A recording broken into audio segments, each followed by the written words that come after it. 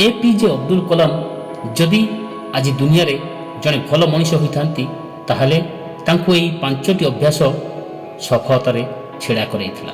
ताहले आसंतु जानिबा सेही पांचटी अभ्यास कौन। प्रथम निरंतर शिक्षा।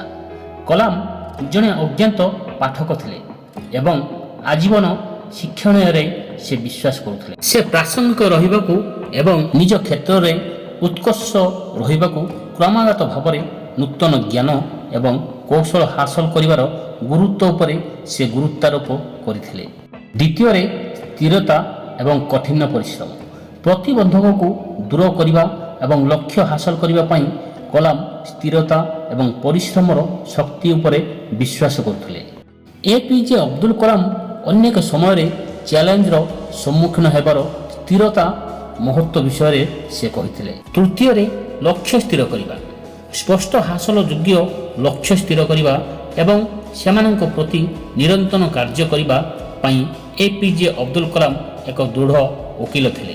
एपीजे अब्दुल कलाम व्यक्ति विशेषों को बड़ स्वप्न देखा उत्साहित करथिले, किंतु सही स्वप्न गुड़िक छोट कार्यक्षम लक्ष्य भांगिबाको मध्य उत्साहित करथिले। चतुर्थ अखंडता एवं नैतिकता।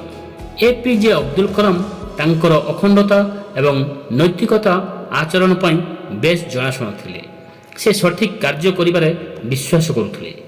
जेतेबे भी यह कष्टसाध्य थिला एवं उभय व्यक्तिगत एवं वृत्तिगत जीवन में सर्वदा उच्च नैतिक मानदंड को समर्थन करथिले।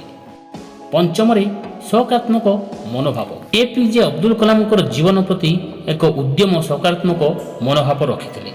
से आशावादी शक्ति उपरे विश्वास करथिले एवं प्रतिकूल परिस्थिति रे मध्य एक आशावादी दृष्टिकोण बजाय रखिथिले। एवं एपीजे अब्दुल कलाम प्राय अन्य मानकु एक सकारात्मक मानसिकता सृष्टि करने एवं बाध्य अपेक्षा सुजोग उपरे ध्यान देवाकू उत्साहित करथिले। जय जगन्नाथ सांग माने एही बड़ी महत्वपूर्ण कथा जानिबा पई चैनल को सब्सक्राइब करंतु एवं वीडियो को गोटे लाइक करंतु। जय जगन्नाथ।